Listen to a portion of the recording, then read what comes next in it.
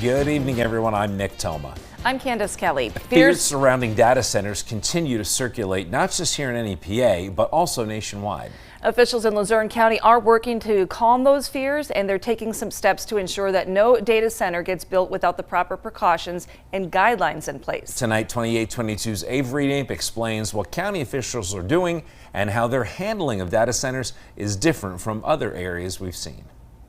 Luzerne County is trying to be proactive when it comes to data centers, and a new proposal would better define what they are. Thursday, they explained an all-encompassing data center ordinance. It's been in the works since last summer. Their goal is to protect the community and accommodate data center developers at the same time. We're just trying to take any input that we possibly could to try to make it a good neighbor if a data center were to come in, not to just force themselves onto the area where they're coming into. The ordinance covers everything from noise and visual buffers to water usage, power demands, building aesthetics, and emergency planning. It even takes low-frequency vibrations into account, something many have expressed concerns for, but few, if any, local governments have actually addressed. The zoning and planning process usually falls on each community, but in Luzerne County, 20 of the 76 municipalities rely on the county to do it for them. That includes Lake Township, a rural community in the Back Mountain region. I remember when the gas industry came in and there were gas wells going everywhere.